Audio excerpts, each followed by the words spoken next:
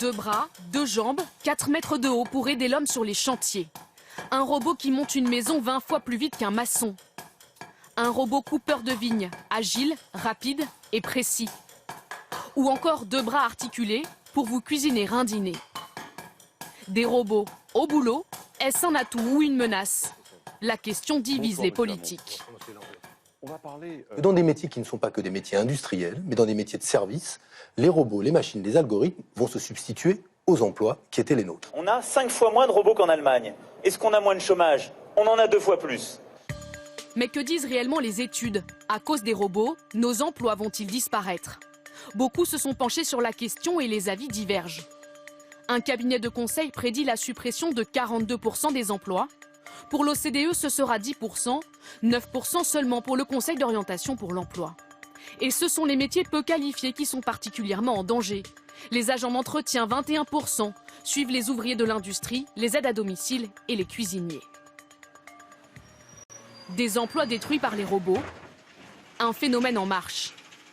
Regardez ce camion poubelle à bras robotisés. Derrière la benne, les éboueurs ont disparu. Le chauffeur ramasse seul les bacs, assis sur son siège. Il contrôle tout grâce à ses écrans et sa manette. Un éboueur au lieu de 3 habituellement, des accidents du travail quasi inexistants et à l'arrivée une collecte devenue moins chère et plus rentable pour le gérant.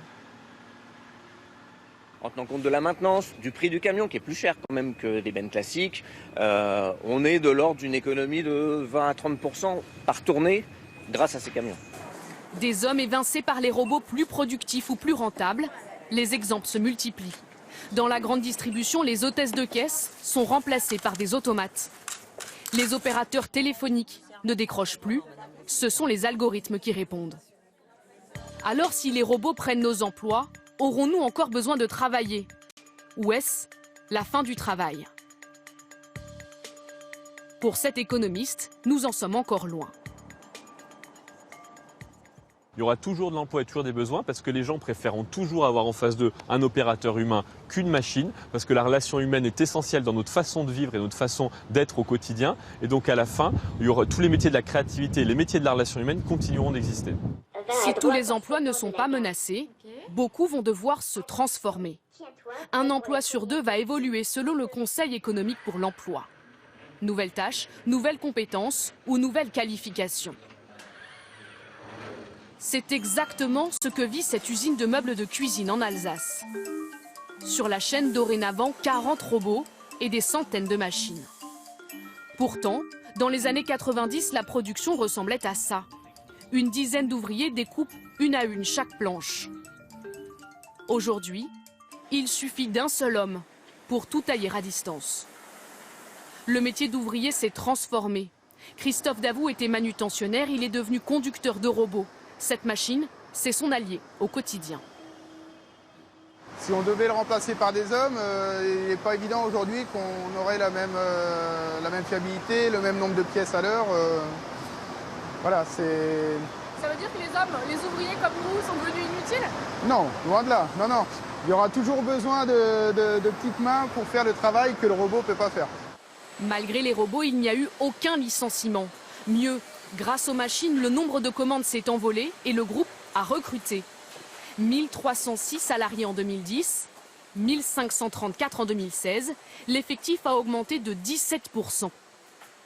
Les ouvriers ont été formés à de nouveaux postes et à de nouvelles compétences.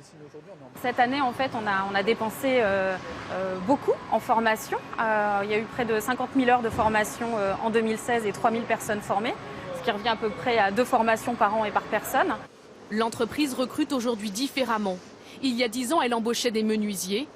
Aujourd'hui, des spécialistes en maintenance industrielle ou en robotique. Pour cette sociologue, la question de la formation devient cruciale. Ça veut dire anticiper, former, ça veut dire envoyer des gens qui vont faire des sortes de cartographie des métiers pour voir dans quelle mesure les métiers se transforment ou pas et comment on peut, avec des petits ajouts de formation, permettre aux personnes de changer un peu ou beaucoup de métiers en restant dans la même entreprise. Une formation professionnelle à laquelle la France consacre aujourd'hui 11 milliards d'euros par an, de l'argent mal utilisé selon la Cour des comptes.